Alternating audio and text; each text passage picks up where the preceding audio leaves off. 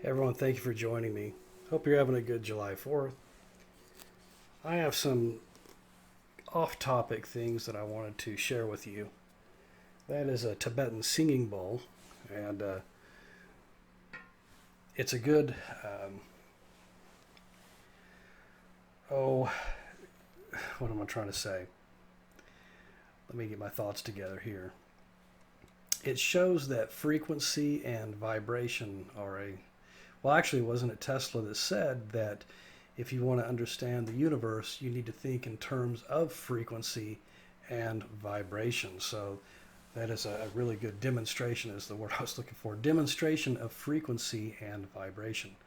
So, with that being said, we've been speaking of cluster B personality disorders and the havoc that they cause and the people that have to be around them for as long as you say you have to be. The reason why we're not getting along with the narcopaths and the psychopaths is we don't resonate. I know that these are these kind of new agey kind of terms, so I want you to be, a little flexible with me. But some of the terms are correct. Is that we don't share the same frequency patterns with these people. There are spiritual frequency patterns that we do share with people across the globe, even. And sometimes you can run into folks that you may have a special affinity with that you wouldn't have had otherwise if you hadn't been through the same things we've been through. The narcopaths have a very difficult lesson for many of us. Some people come into our lives as lessons, and some people come in as blessings. And sometimes they're even a mix of both, but usually it's one or the other. And of course, the narcopath is a lesson for us to all be had. And thankfully, we're all here on these channels and these discussions, having known better and learned better than what we used to do. And whatever it is that caused us to become in contact with them it seems unfortunate at first. For me, it has been a very fortunate thing.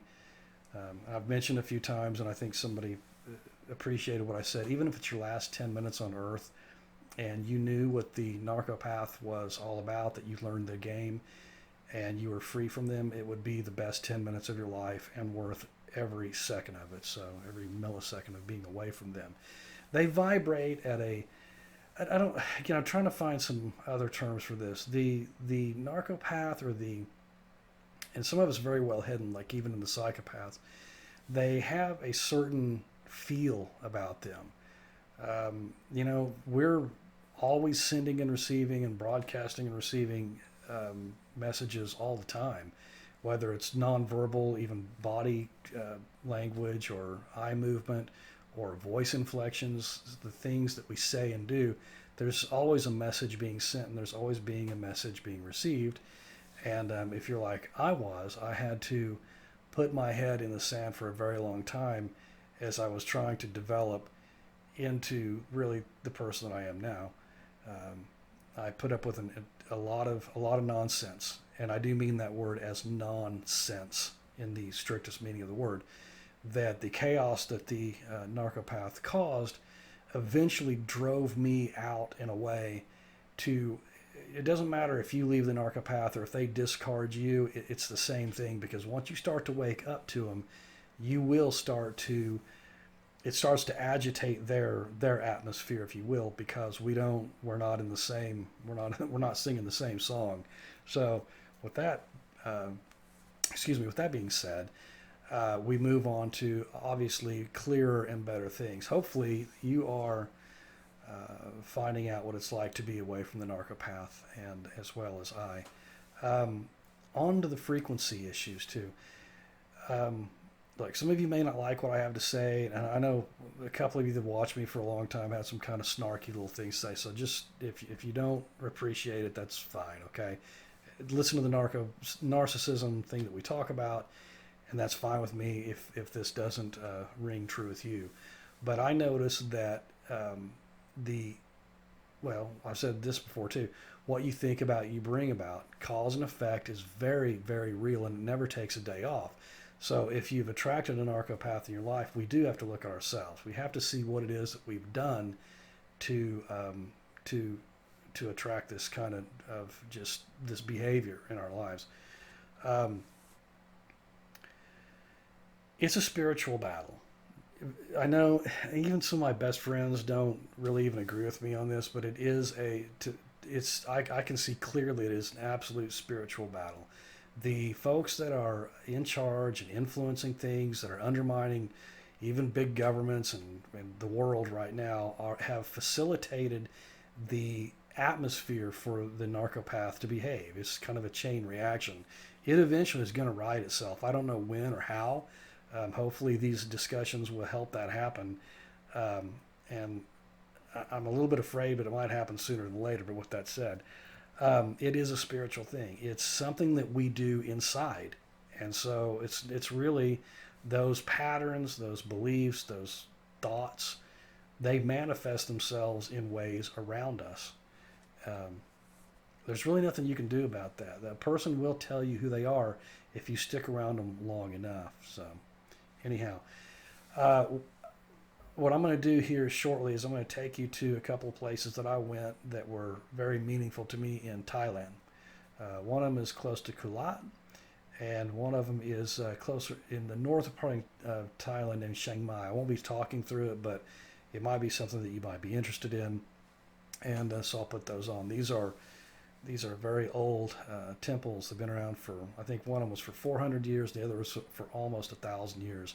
So there's a lot of a lot of wisdom for a lot of years in these spaces, and I can tell the difference between those spaces and walking into a McDonald's in Dallas, Texas. So, anyhow, look, it really is a spiritual thing. It's an inside thing. Whether you call it a spiritual thing or whether you say it's an inside job or whatever terminology you want to use, healing and getting away from a narcopath has everything to do with what we're thinking and what we're feeling and our own boundaries and how we deal with them.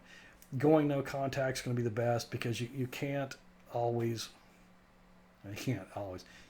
ever change the narcopath, and they're not willing to change themselves.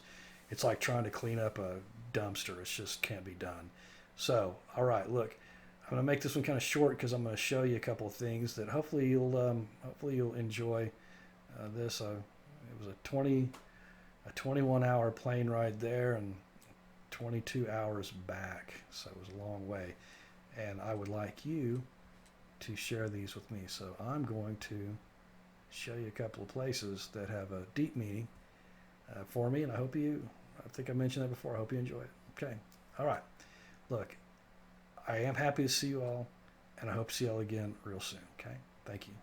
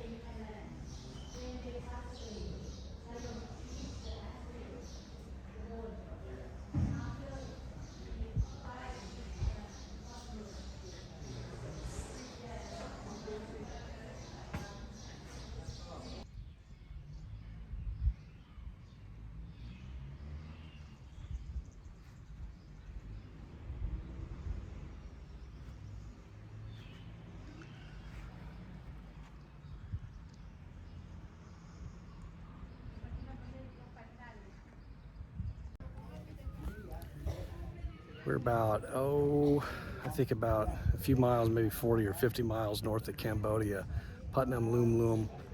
This is, I guess, used to be a temple, more closer to Hindu temple than Buddha, but it dates back about 1,000 years. Incredible views out here too. It wasn't quite a drive, I think about a 3-hour drive from Kulat, but well worth it. Check it out behind me. Just absolutely incredible. 1,000 years. This is the front of the compound, I guess, or structures, and I'll try to get some other pics of the inside. I understand that through the back, that when the sun comes up in the morning, it shines through 15 doors before it actually comes out the other side. So again, very interesting. Putnam Loom Loom.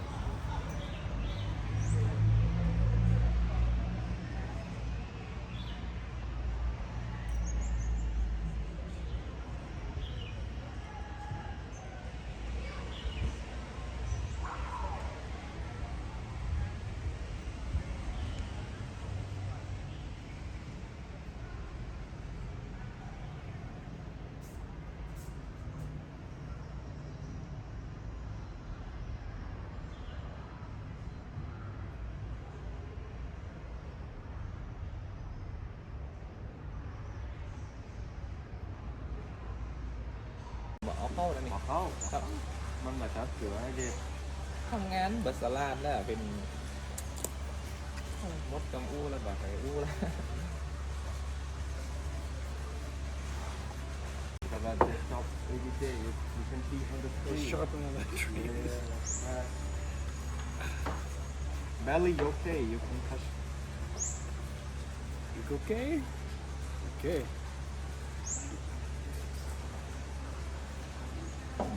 Did he eat breakfast already? no no